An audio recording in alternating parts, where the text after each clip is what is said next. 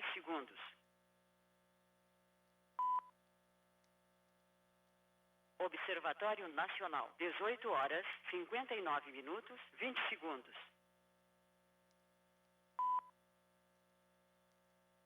Observatório Nacional, 18 horas, 59 minutos, 30 segundos.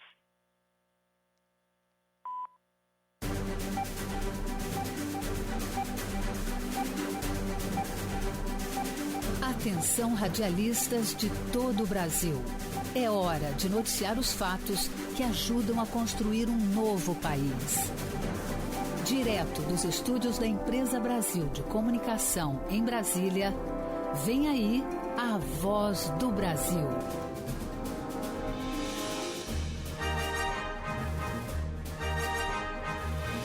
Em Brasília, 19 horas.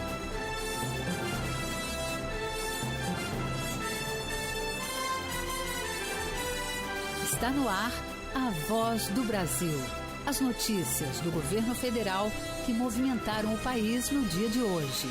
Boa noite. Boa noite para você que nos acompanha em todo o país. Terça-feira, 21 de março de 2023, Dia Internacional de Combate à Discriminação Racial. Lançado o pacote de medidas pela igualdade racial em áreas como educação, cidadania e acesso à terra. Entre as ações, a que define 30% de cotas a negros em cargos de confiança no governo federal. O presidente Luiz Inácio Lula da Silva destaca que população negra pode ocupar todos os espaços da sociedade. Vocês podem ser o que quiserem, como quiserem e onde quiserem. Cabe ao Estado garantir oportunidades iguais para todos e todas. E vamos falar sobre as ações voltadas para a educação das pessoas negras. Tema da entrevista com Zara Figueiredo, secretária de Educação Continuada, Alfabetização, Diversidade e Inclusão do Ministério da Educação. E você também vai ouvir na Voz do Brasil. Combate à violência contra a mulher. Operação Átria já prendeu mais de 4.500 agressores. Márcia Fernandes. Coordenada pelo Ministério da Justiça e Segurança Pública, a Operação Átria é realizada pelas polícias civis dos 26 estados e do Distrito Federal. Hoje, na apresentação da Voz do Brasil, Mariana Jungmann e Luciano Seixas. E assista a gente ao vivo pela internet. Acesse voz.gov.br. Nenhum país será uma verdadeira democracia enquanto a cor da pele das pessoas determinar as oportunidades que elas terão na vida. Foi o que afirmou o presidente Luiz Inácio Lula da Silva em cerimônia alusiva ao Dia Internacional de Combate à Discriminação Racial. No evento foi anunciado um pacote de medidas em reparação a desigualdades históricas. Entre elas, um decreto que reserva vagas em cargos e funções comissionadas na administração pública a pessoas negras. Até 31 de dezembro de 2026, pelo menos 30% das vagas em cargos e funções comissionadas na administração pública federal deverão ser preenchidas por pessoas negras. A medida faz parte do pacote de anúncios feitos pelo presidente Luiz Inácio Lula da Silva no Dia Internacional da Luta pela Eliminação da Discriminação Racial. A data também marca os 20 anos de criação da Secretaria Especial de Promoção das Políticas de Igualdade Racial, hoje, Ministério da Igualdade Racial. O presidente Lula fez memória de conquistas anteriores e destacou a importância de seguir com a luta. A partir da criação da CEPI, organizamos uma série de ações afirmativas inéditas em conjunto com outros ministérios. Finalmente, o Estado começava a resgatar uma das maiores dívidas históricas desse país. Nenhum país do mundo será uma verdadeira democracia enquanto a cor da pele das pessoas determinar as oportunidades que elas terão. Também foram entregues os títulos de propriedade de 3 territórios quilombolas. Por meio do programa Aquilomba Brasil, lançado nesta terça-feira, o governo quer promover os direitos da população remanescente de quilombos. O objetivo é avançar em áreas como acesso à terra, infraestrutura, inclusão produtiva e cidadania. Estima-se que o Brasil possua mais de 1 milhão de pessoas quilombolas. A ministra da Igualdade Racial, Aniele Franco, falou sobre a retomada de programas para atender esse público. Queremos garantir a permanência dos quilombolas no ensino superior para ampliar cotas para os nossos jovens quilombolas. Queremos reconhecer a medicina tradicional quilombola e expandir as unidades básicas de saúde que atendem as comunidades mais isoladas. Na infraestrutura, queremos retomar o programa Luz para Todos, que ainda não chegou para todos os quilombolas. Assim como queremos também retomar o Programa Nacional de Habitação Rural para garantir moradia digna aos quilombolas. Foi assinado ainda decreto que institui grupo de trabalho interministerial para a criação do novo Programa Nacional de Ações Afirmativas. O grupo deverá estruturar medidas para acesso e permanência de estudantes negros em cursos de graduação e pós-graduação nas universidades do país. Outros 3 grupos também foram criados. Um para elaborar programa de redução de homicídios e das desigualdades voltado para a juventude negra. Outro, chamado Cais do Valongo, vai articular ações para a área portuária do Rio de Janeiro, por onde passaram mais de 1 milhão de escravizados. Também foi criado um grupo de trabalho para enfrentar o racismo religioso. Reportagem Luana Karen.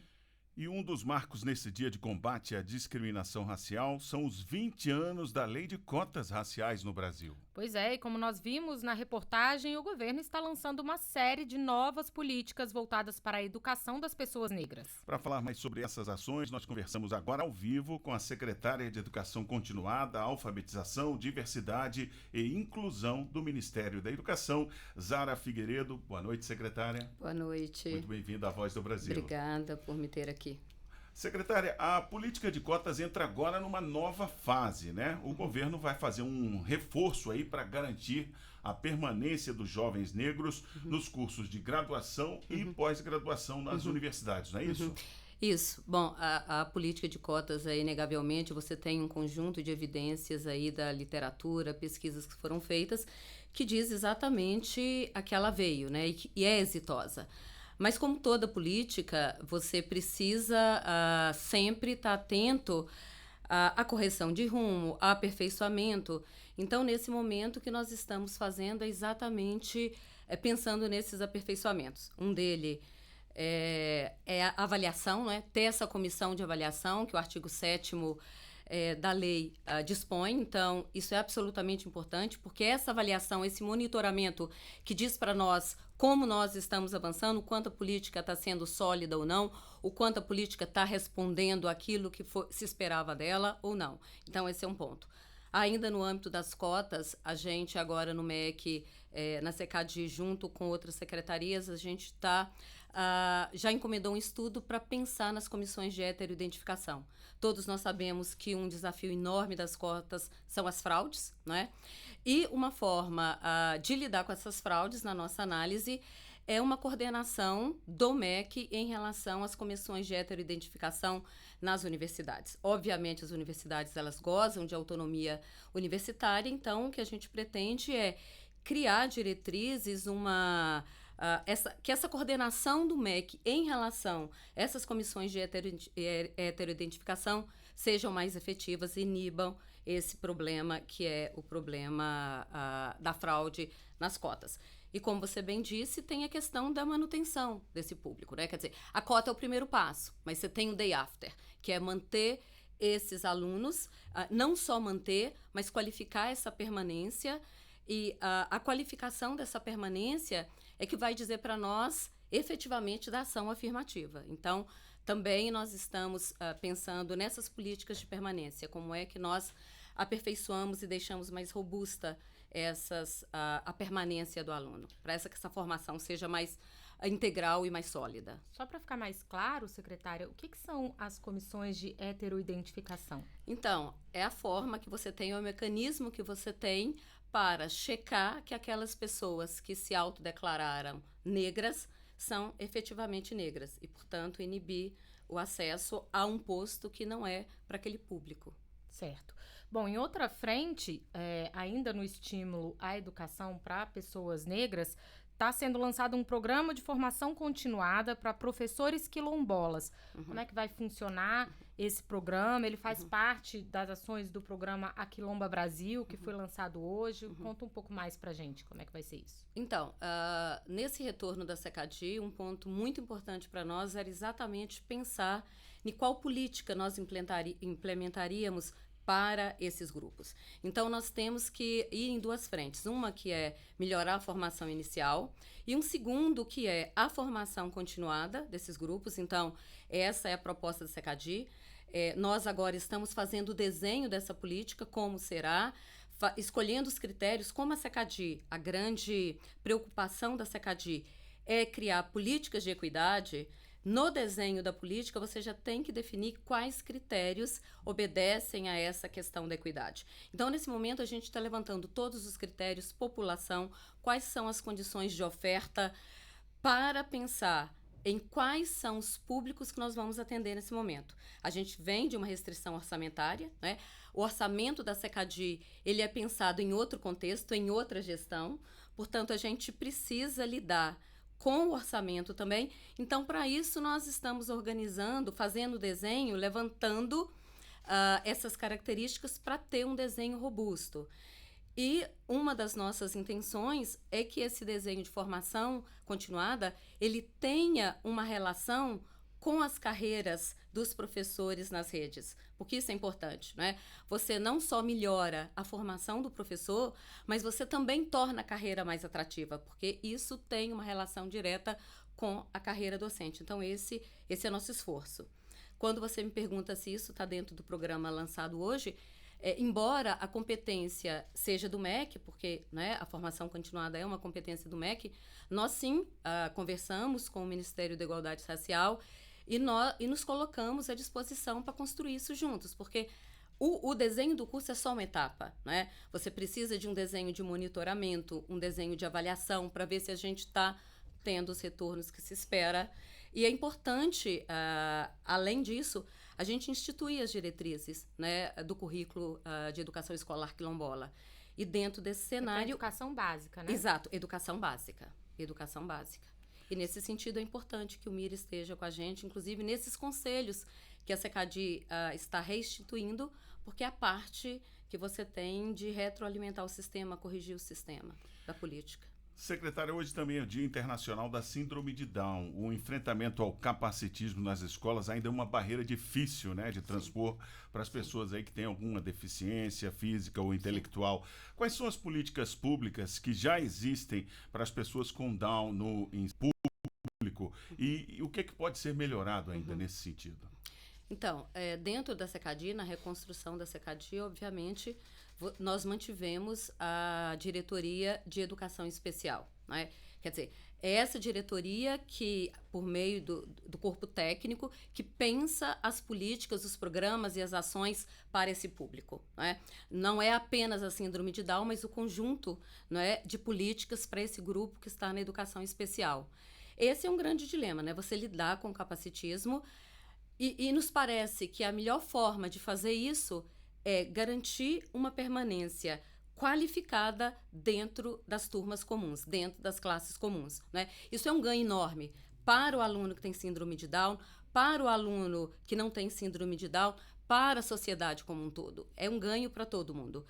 E, do ponto de vista da SECADI, um dos desenhos que a gente está pensando para incidir nessa questão, para além da formação continuada, porque a gente sabe que nos currículos de licenciatura essa ainda é uma questão, você tem uma carga horária baixa para essa formação, então a gente está desenhando uma formação continuada, mas além disso, a gente precisa atacar também o suporte em sala de aula. Esse suporte, ele precisa assumir uma perspectiva mais pedagógica, porque a presença lá não pode só ser uma questão de espaço, de levar aqui e ali, ela precisa ser uma presença pedagógica. Secretária, a gente tem um minutinho, então vou fazer uma última pergunta para a senhora sobre Bolsa Família, porque a Secretaria de Educação Continuada é também responsável ali pelas condicionantes do Bolsa Família relacionadas à educação. Queria que a senhora dissesse quais são essas condicionantes e se há planos para expandir. Então, sim, a condicionalidade educacional do Bolsa, porque você tem a outra condicionalidade que diz respeito à saúde, a condicionalidade educacional, ela está dentro da SECADI, e a gente que faz esse monitoramento. E o que eu sempre digo é, olha, esse público, né, os beneficiários do Bolsa Família, como os demais públicos atendidos pela SECADI, eles representam todo esse grupo que sobe a rampa com o presidente Lula. Então, esses grupos, eles não são apenas um artifício estético, né? Não é isso. São pessoas reais que correspondem ao público que a SECADI atende, incluindo as condicionalidades. Então, uma das nossas propostas juntas com a MDS, obviamente, é pensar onde que a gente pode avançar na condicionalidade. Nós estamos, por hora, avaliando a frequência. É possível nós avançarmos na permanência desses alunos, mas também na permanência com êxito. Aí nós estamos entrando na perspectiva da aprendizagem. Nós conversamos ao vivo com a secretária de Educação Continuada, Alfabetização, Diversidade e Inclusão do Ministério da Educação, Zara Figueiredo. Obrigado, secretária, por sua entrevista ao vivo aqui na Voz do Brasil. Eu que agradeço.